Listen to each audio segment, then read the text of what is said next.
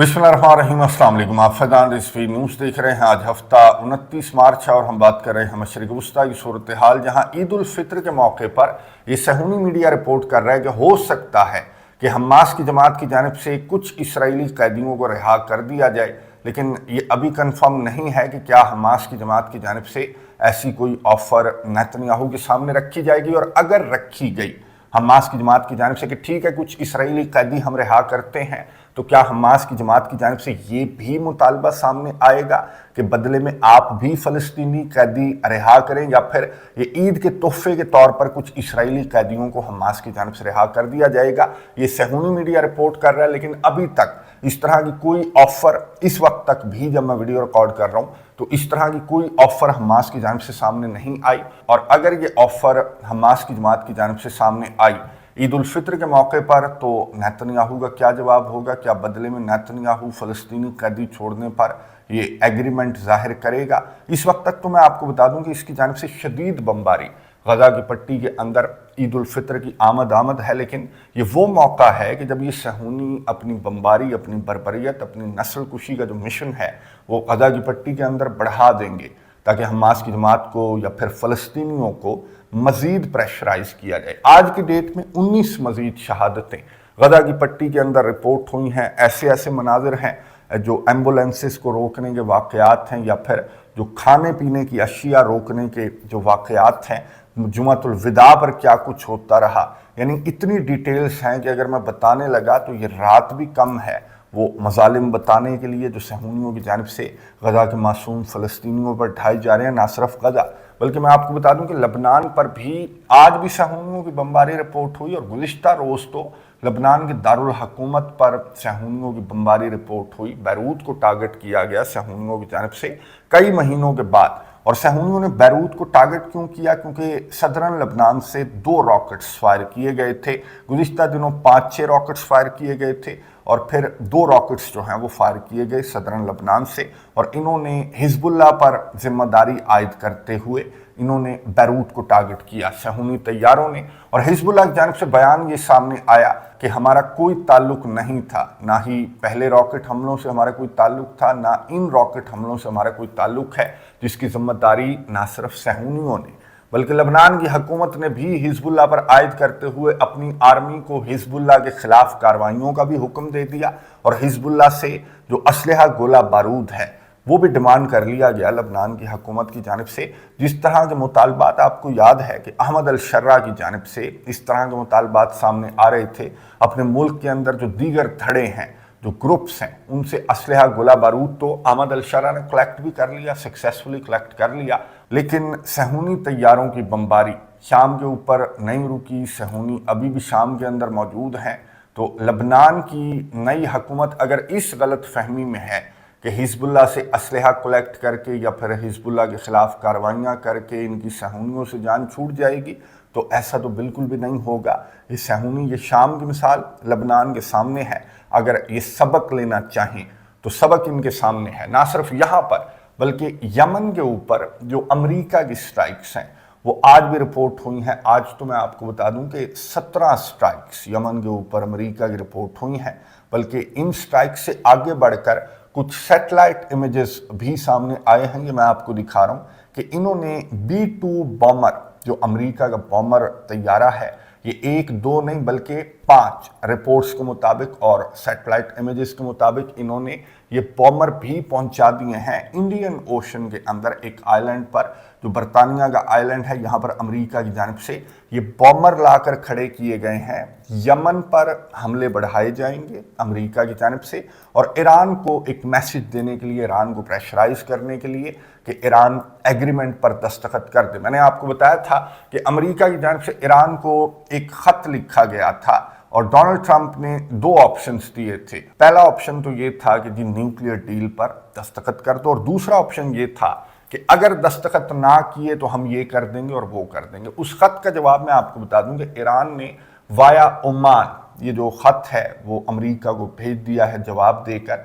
और रिपोर्ट्स के मुताबिक जवाब ये दिया गया, बल्कि ईरान के जो वज़ीर ख़ारजा हैं उन्होंने भी बताया मीडिया से गुफ्तगू करते हुए कि जवाब हमने ये दिया कि मैक्सिमम प्रेशर के अंडर अमेरिका के साथ कोई डायरेक्ट नेगोशिएशंस तो नहीं हो सकती, लेकिन इनडायरेक्ट नेगोशिएशंस जो हैं वो जारी रह सकती हैं। और अगर अमेरिका ये चाहता है कि ईरान बातचीत की टेबल पर आ जाए न्यूक्लियर डील को लेकर, तो फिर अमेरिका के जो मैक्सिमम प्रेशर है, ये जो सैंक्शंस हैं वो हटाना पड़ेंगी। लेकिन डोनाल्ड ट्रंप बजिद है कि ईरान को प्रेशराइज करके ये जो एग्रीमेंट है ये साइन करवाया जाए, इसलिए अमेरिका की स्ट्राइक्स भी जारी हैं यमन पर। और ये जो B-2 बॉम्बर तैयारे हैं ये भी अमेरिका की जानिब से इस रीजन के बहुत करीब लाकर खड़े कर दिए गए हैं ताकि ईरान एग्रीमेंट पर दस्तखत कर दे।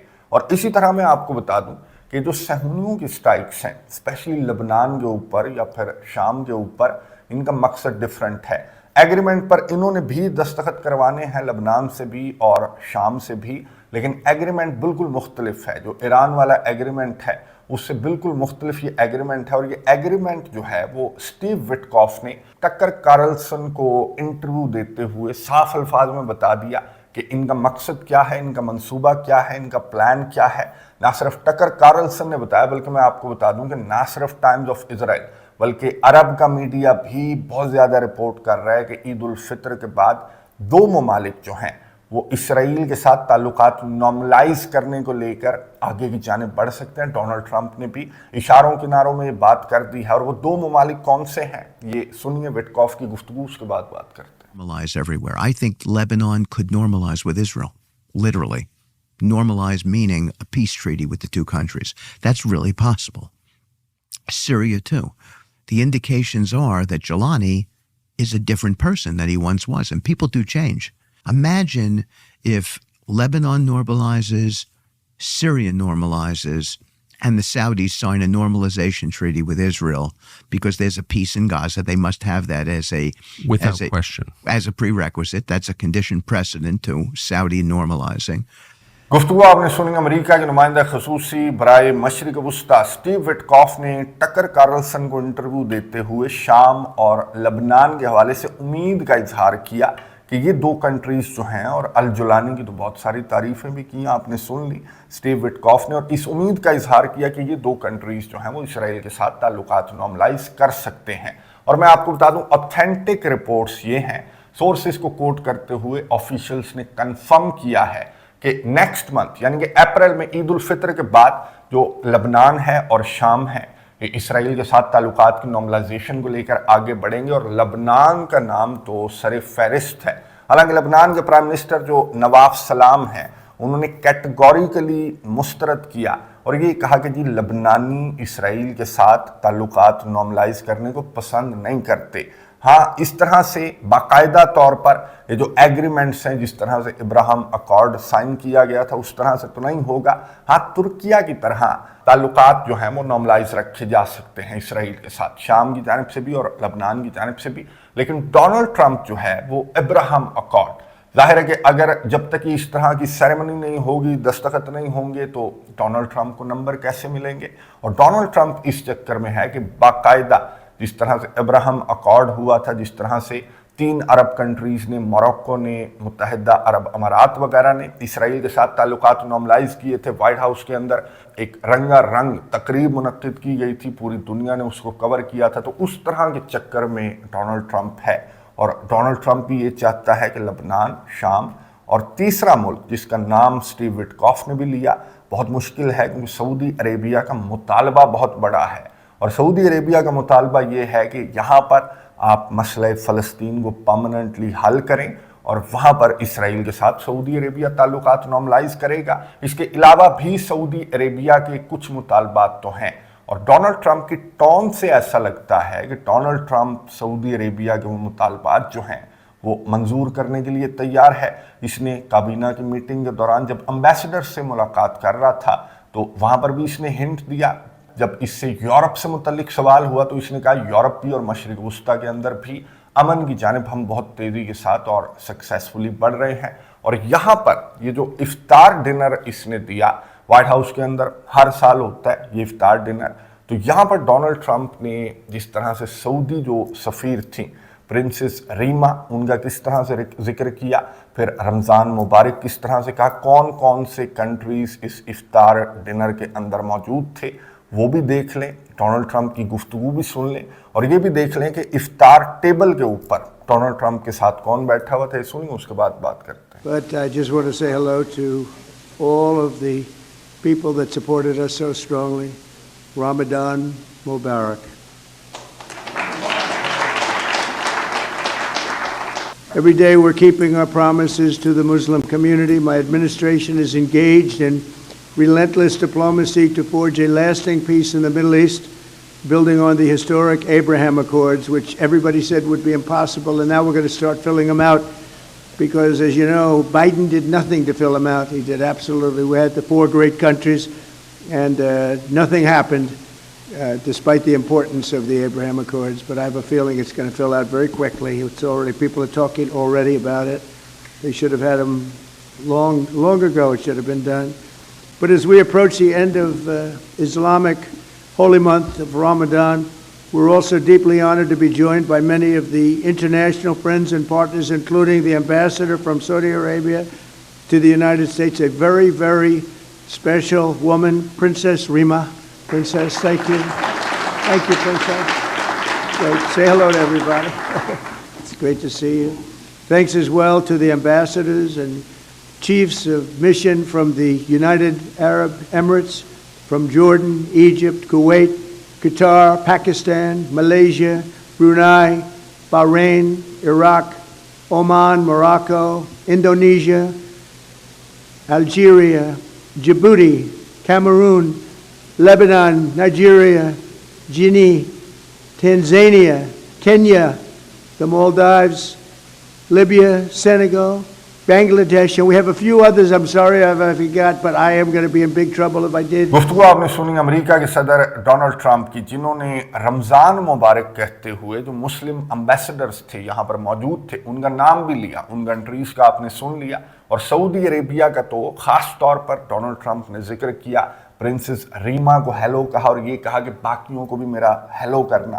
ظاہر ہے کہ کاروباری آدمی ہے, اور سعودی عربیہ کو لے کر چاہے اسرائیل کے ساتھ نارملائزیشن والا معاملہ ہو یا پھر کاروبار والا معاملہ ہو, تو یہاں ٹیبل کے اوپر پرنسس ریما کی جو نشست ہے وہ تو خیر پکی ہے. تو ڈونلڈ ٹرمپ اس طرح کی حرکتیں, ہر حرکت ڈونلڈ ٹرمپ کی ظاہر ہے کہ اس کا ایک مقصد ہے. یہاں پر ان حرکتوں کا مقصد ہے وہ والا ایگریمنٹ کہ کوئی کاروباری ایگریمنٹ, کوئی انویسٹمنٹ بھی آ جائے سعودی عربیہ سے, اور سعودی عربیہ اسرائیل کے ساتھ جو تعلقات نارملائز کرنے والا ایگریمنٹ ہے وہ بھی سائن کر لے. تو اس وجہ سے یہ خاص قسم کا پروٹوکول دیا جا رہا ہے. اور ادھر کے جو پریشر ہے, جو کہ مشرق وسطیٰ کے اندر جس طرح کا پریشر ہے لبنان پر اور شام پر پریشر کی میں نے آپ کو بتا دیا کہ اور وجہ ہے, اور ایران اور یمن پر یہ جو B-2 بامر والا پریشر ہے اس کی اور وجہ ہے. تو یہ 3 ایگریمنٹس کو لے کر, ایک تو تعلقات کی نارملائزیشن والا ایگریمنٹ, دوسرا سعودی عرب کے ساتھ جو کاروبار والا ایگریمنٹ ہے, اور تیسرا ایران کے ساتھ جو نیوکلیئر ڈیل والا ایگریمنٹ ہے. ان 3 ایگریمنٹس کو لے کر ڈونلڈ ٹرمپ جو ہے وہ 3 مختلف رنگ دکھاتا ہوا نظر آ رہا ہے. یہ عرب کنٹریز تو ظاہر ہے کہ ڈونلڈ ٹرمپ کے رنگ میں پہلے کی طرح رنگ جائیں گے, لیکن کیا ایران اس رنگ میں, اس پریشر میں جو ڈونلڈ ٹرمپ کی جانب سے بلڈ کیا جا رہا ہے خصوصاً یمن کے اطراف اور بامر شامر پہنچا کر, تو کیا ایران اس پریشر میں آ کر یہ ایگریمنٹ ڈونلڈ ٹرمپ کی مرضی اور منشا کے مطابق سائن کرے گا, یا پھر یہ جو B-2 بامر ہیں جو ایران پر پریشر بلڈ کرنے کے لیے اس آئلینڈ پر امریکہ نے لا کر کھڑے کیے ہیں, کیا ان کے اڑان بھرنے کی بھی نوبت آ سکتی ہے؟ میری انڈرسٹینڈنگ کے مطابق رشیا کے ہوتے ہوئے ان کے اڑان بھرنے کی تو نوبت نہیں آئے گی, بلکہ کوئی درمیانی راستہ جو ہے وہ رشیا کی ثالثی میں نکل بھی سکتا ہے. جو سعودی عربیہ کے اندر مذاکرات جاری ہیں, بہت امپورٹنٹ مذاکرات ہیں, اور اس میں تمام کے تمام جو معاملات ہیں, خود ڈونلڈ ٹرمپ نے کہا کہ نہ صرف یورپ بلکہ مشرق وسطیٰ اور رشیا اور امریکہ ریلیٹڈ پوری دنیا کے اندر جتنے بھی معاملات ہیں وہ رشیا اور امریکہ ریلیٹڈ ہی ہیں. تو وہ تمام کے تمام معاملات جو ہیں وہ اس ٹیبل کے اوپر ڈسکس بھی کیے جا رہے ہیں اور حل کرنے کی کوشش بھی کی جا رہی ہے. یہ کوششیں کتنی کامیاب ہوں گی موجودہ صورتحال کو دیکھتے ہوئے کامنٹس باکس میں اپنی رائے کا اظہار ضرور کیجیے گا, اور بہت ساری دعائیں کیجیے گا غزہ کے معصوم فلسطینیوں کے لیے. اگلی ویڈیو تک کے لیے اجازت دیجیے. اللہ حافظ.